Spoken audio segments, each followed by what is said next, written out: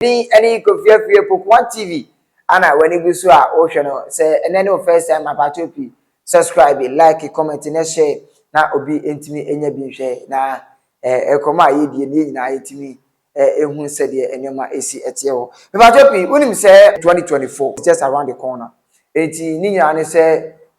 akanfo 2024 calendar no me saka bi. Enti me nkwa mentena so me ne wo ba beche. Un say edru afibia ense de duanan bia no me che 40 days bia no ade akanfo ena buomu no de duanan bia no ade ana se japone ewo ye maimu a ene titu asantefo ti so ya asanteni a wato adi me ba na ba be cheche omu ye pa na wate ase na wahwe bi se de be ya oya kani na opese obafie ade ewukude dapa fofie opese obabi na oba manhia fikesiem na okọ wahemfie na okohu bia nananom mato adi ebia na unsanya nkan bia be the first to know me de ma na oso atimi ahu sedie esitie na eno na eda efoni eno so no nemom ma menka ncho se oni se eba se ye church na ye mawahu de ekoso ewo oman mu a ewo se inya da agene bre na echichi mu de che nti me patropi jebre babra me cheche mu no afia ye ba besim 2024 asantefo enabuo no January opepon bosome no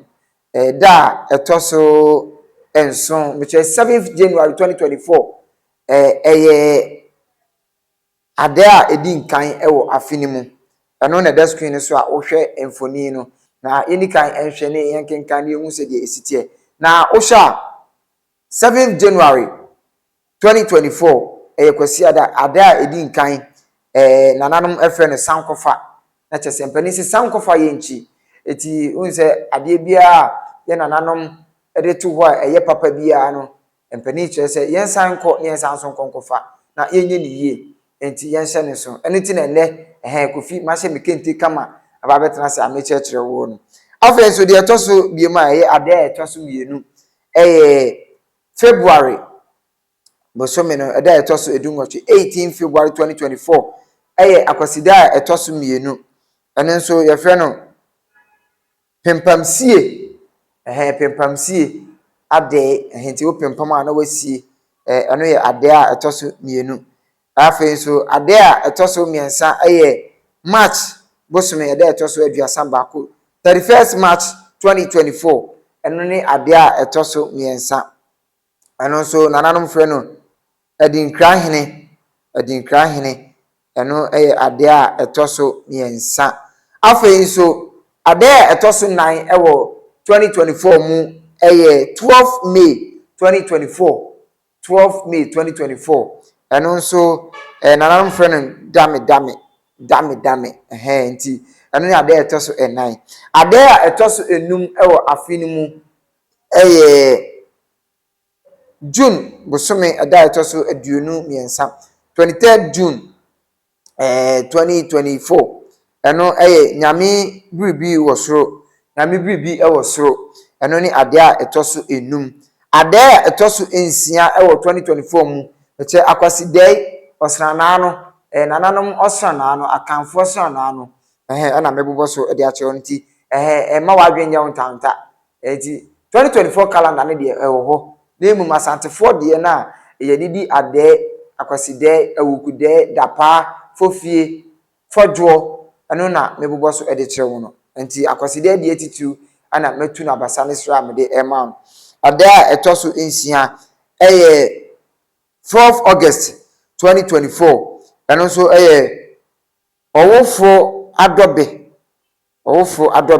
eno Akwasidae etoso ensia 4th August 2024 ye etoso enson ewo afimpinu eni aduonu na animu 15th September 2024 15th September eno nia onim no sua ohunu nia onim no sua ohun tese onim ade na se usua ubehu pa eno ne ade a etoso enson ewo afeni mu 15th September. Ade a etoso nwotwe 3rd November 2024. Ade a etoso enwotwe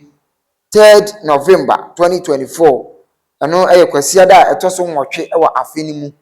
ewo saa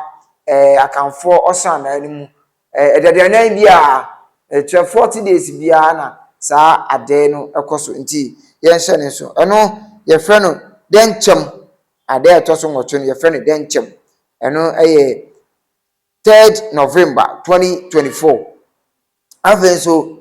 ade a etwato ewo afeni mu ye frɛ no fa hodie ade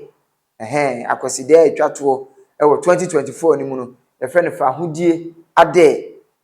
nti eno December bosome no eda etoso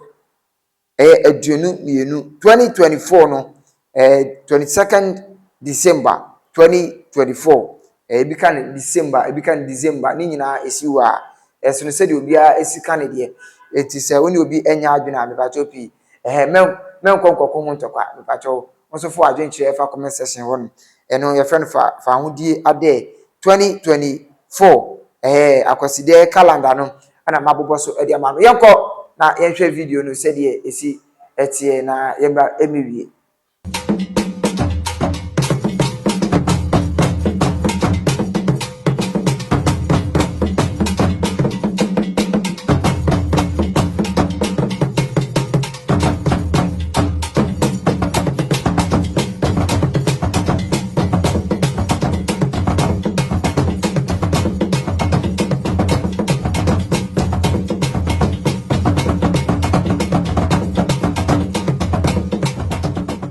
Alusia mo asantesem nhia o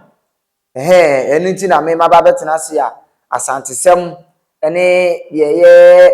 amamre nkyerɛkyerɛ mede ni nyina ba besom wo ewo Poku TV na nanom nyina ye mamu nyina afihyiapa ye mamu nyina afihyiapa me gidi so obi aho ye mamfa ntia kese emfa nkoma asantema awura otumfuo se tu abio ɔhene me mo afihyiapa mbom mu ase ede ma sanso ene eye mi ankasa me na nanom a me ne wo mosom nana nkansa amwaye a wotoso mienu na Akotehene ohene wadama me mo afihyiapa afei so nana kofikra nana wonso me mawo afihyiapa migide so obi aho ye oni nana noma sabi moye atrankonyawo nkwanta krofom ana nana nkansa amwaye Akotehene wonso me mo afihyiapa sanso na da ho ase nia me wofa so nidin ede nana adomako bafi epakoso Asantehene nana wonso me mawo afihyiapa pa nana no matrankonya me kire pakoso nana boache amponsa okofo ban otoso miensa pakoso hene me kuro hene me mawo afihyiapa manso kwanta manhima nana odaroma me mawo afihyiapa tepa hima aguna hima asantema mpo hima ahima etitu nyama mu nyina afihyiapa titu na abom so hima Asantehene achia me nana odaroma me mawo afihyiapa masase so ana yewo afo so mi akasa mediem aprade na apiranko hima odaroma na ma wonso me mawo afihyiapa pa sanso na ye na abu abasa otumfuo bu abasa wonso me mawo afihyiapa ana nananum bia nanam antimi amomudin na otumfuo chia me kwaku usu ohene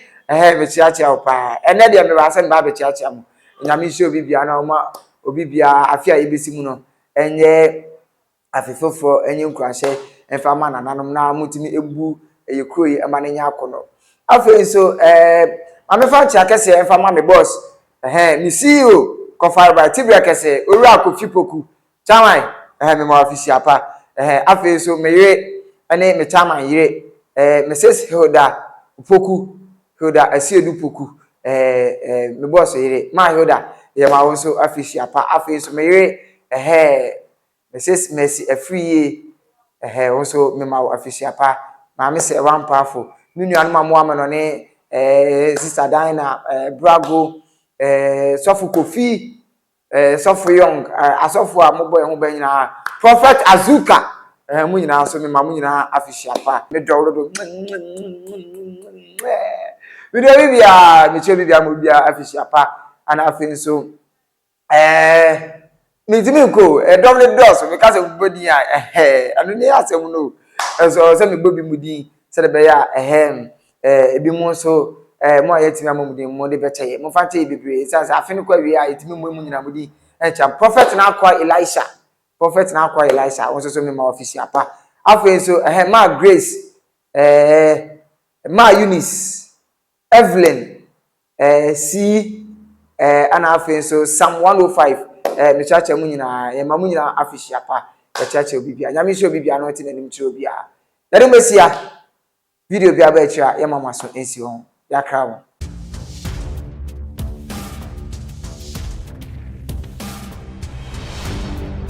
Poku TV.